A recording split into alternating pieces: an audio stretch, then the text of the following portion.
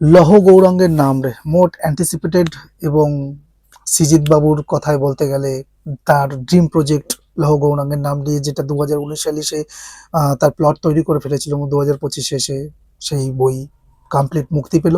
তো বইটা কেমন লাগলো, তো চলো রিভিউতে বলছি। তার আগে ইন্ট্রোটা দিনই তো, দিস ইজ ঈশ্বর, তোমরা আছো, চলো রিভিউ করি চ্যানেলে, তোমাদের সকলকে স্বাগত।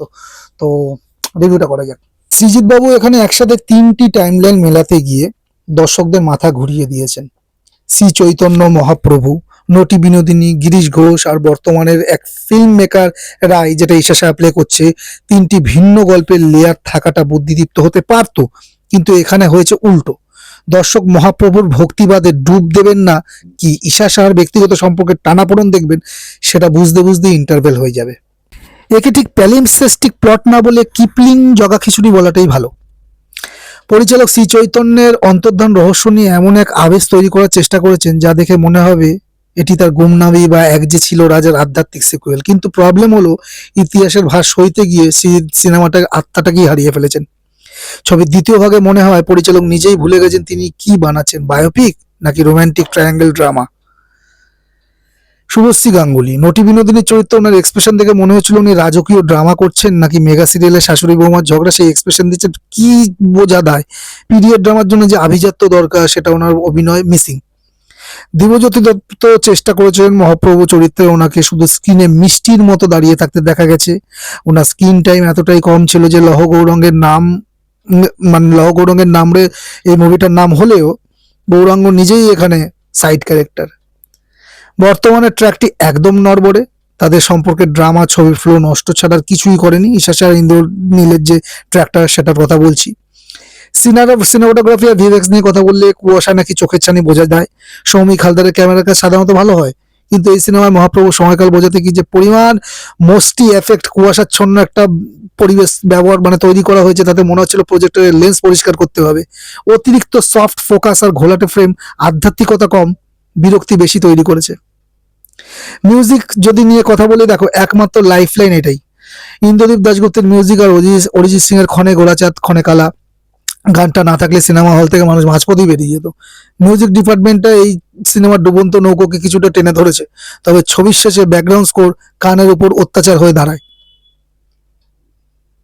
এবার কিছু কথা অ্যাক্টিং নিয়ে বলেনি, যারা যারা এখানে অভিনয় করেছেন না মেন, তার আগে সবার আগে বলি গিরিশ ঘোষের কথা। ব্রাত্য বসু, আমাদের ব্রাত্যবাবু হলেন টলিউডের সেই সিরিয়াস অভিনেতা যাকে দেখলে মনে হয় উনি সবসময় কোনো রাজনৈতিক সভা বা থিয়েটারের মহড়া থেকে সরাসরি উঠে এসেছেন। গিরিশ ঘোষের মতো একটা পাওয়ারফুল ক্যারেক্টার ওনাকে কাস্ট করা হয়েছে, ভয়টা তো মানে সেখানেই হয়ে গেছিল যে উনি কি পারবেন, কারণ ওনার যে ডায়লগ ডেলিভারিটা যাত্রা অভিনয়ের মতো। যদিও এখানে থিয়েটার আর্টিস্টই হয়েছেন তিনি, মানে থিয়েটারের জায়গাতেই তাকে রাখা হয়েছে পার্টটাতে। উনি কি গিরিশ ঘোষ হবেন নাকি থিয়েটার স্টাইলে চড়া গলায় জ্ঞান দেবেন, সেটাই দেখাচ্ছিল। তো ওনার ওই গম্ভীর মুখ দেখে মনে হচ্ছিল যে তিনি অভিনয় কম করছেন এবং থিয়েটারের ওই যাত্রাপালাই করছেন। আর ইন্দ্রনীল সেনগুপ্তের কথা বলতে গেলে, দেখো ইন্দ্রনীলকে দেখলে মনে হয় ওনার বয়স আর গ্ল্যামার এক জায়গায় এসে থেমে গেছে, কিন্তু ভাই শুধু হ্যান্ডসাম লুক দিয়ে তো আর পিরিয়ড ড্রামা চলে না। ওনাকে যে কোনো রোলে দিলেই উনি সেই একই স্মুথ এক্সপ্রেশন দেন, আর এখানেও সেটাই করেছেন। ওনার অভিনয় অনেকটা ডায়েট কোকের মতো, দেখতে ভালো কিন্তু আসল স্বাদ নেই। এই সিনেমাতে উনি জাস্ট এই সাজানো পুতুলের মতোই দাঁড়িয়ে থেকেছেন, সেরকম কিছু করার ছিল বা সেরকম কিছু অভিনয় তার থেকে ফুটে আসেনি। দিব্যজ্যোতি দত্তর কথা বলতে গেলে সেটা আগেই বললাম, সিরিয়ালের মিষ্টি ছেলে, এখন বড় পর্দার মহাপ্রভু হয়েছেন। দিব্যজ্যোতির ফ্যানরা হয়তো পাগল হয়ে যাবে, কিন্তু রোস্টিং মানে আমার লজিক বলছি যে রোস্ট করার মতো না হলেও সিরিয়ালের সেই চেনার মেলোড্রামা থেকে উনি বেরোতে পারেননি। মহাপ্রভুর যে আধ্যাত্মিক তেজ দরকার সেটাকে দিব্যজ্যোতির মধ্যে ওই চকলেট বা ইমেজের মধ্যে ঢাকা সম্ভব? ওনাকে দেখে মনে হচ্ছিল উনি সংকীর্তন করতে করতে হঠাৎ বলে উঠবেন, মা আমার টিফিনটা কোথায়। ঈশা সাহার কথা বলতে গেলে, ঈশা সাহা মানে টলিউডের সেই পাশের বাড়ির মেয়ে ইমেজ। ওনাকে যেখানেই দেওয়া হোক না কেন উনি সেই মিষ্টি মেয়ে করে হাসবেন আর একটু কাঁদো কাঁদো মুখ করবেন। এই পিরিয়ড ড্রামাতেও কি আমরা এই ঈশাকেই দেখতে পেলাম? হ্যাঁ, এখানেও সেরকমই দেখতে পেলাম। ওনার অভিনয় একটা ডালের উপর ধনে পাতার মতো, সব সিনেমাতে থাকেন কিন্তু আলাদা করে কোনো চমক থাকে না। দর্শনা বণিককে এই সিনেমায় কাস্ট করা হয়েছে বোধহয় শুধু স্ক্রিন গ্ল্যামার বাড়ানোর জন্য। ওনার অভিনয় ক্ষমতা নিয়ে কথা না বলেই ভালো, কারণ ওনার সোশ্যাল মিডিয়া রিলস এবং এক্সপ্রেশন আর সিনেমার এক্সপ্রেশনের মধ্যে পার্থক্য খোঁজা ঘরের গায়ে সুচ খোঁজার মতো ব্যাপার হয়ে দাঁড়ায়। ওনাকে কি সেফ একটা মানে শোপিস হিসাবেই রাখা হয়েছিল বলে আমার শেষের দিকে মনে হলো। বন্ধুরা সিজদা বোধহয় ভেবেছিলেন এতগুলো পপুলার ফেজ একসাথে ঢুকিয়ে দিলে সিনেমা হিট হয়ে যাবে, কিন্তু ব্রাত্য বসু সিরিয়াস নিয়ে, দর্শনা মণিকের গ্ল্যামার, তারপর দিব্যজ্যোতির অ্যাক্টিং, এই অদ্ভুত খিচুড়ি পাবলিক হজম করতে পারবে কিনা আমার ডাউট আছে। একদিকে ওই দিব্যজ্যোতি সিরিয়াল মার্কা ভক্তি, অন্যদিকে ঈশা সেই চিরচেনা হাসি, সব মিলে সিনেমাটা ডিভোশনাল বদলে ডিজাস্টারের পথের দিকেই হাঁটছে বলে আমার মনে হচ্ছে।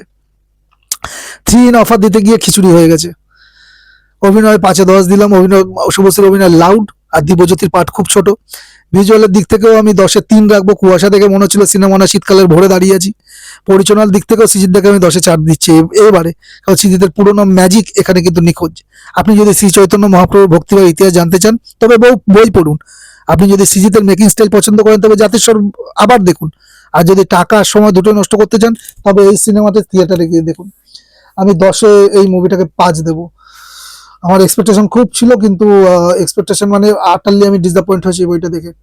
তো এই ছিল আমার লহ গৌরঙ্গের নাম রে মুভিটাকে নিয়ে ওভারঅল রিভিউ। কারা এখনো দেখে ফেলেছে তারা কমেন্টে জানার, যারা দেখোনি তারা দেখো। বইটা এক্সপিরিয়েন্স ওয়াইজ দেখতে পারো, কিন্তু বইটা আমি রেকমেন্ড করছি না, কারণ বইটা ভালো হয়নি।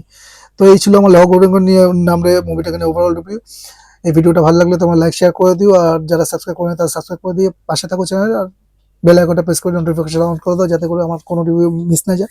দেখা হচ্ছে একটা নেক্সট ভিডিওতে, নেক্সট মুভি রিলেটেড বা সিরিজ রিলেটেড রিভিউ নিয়ে। ততক্ষণ তোমরা ভালো থাকো, সুস্থ থাকো, আর দেখতে থাকো। চলো রিভিউ করি।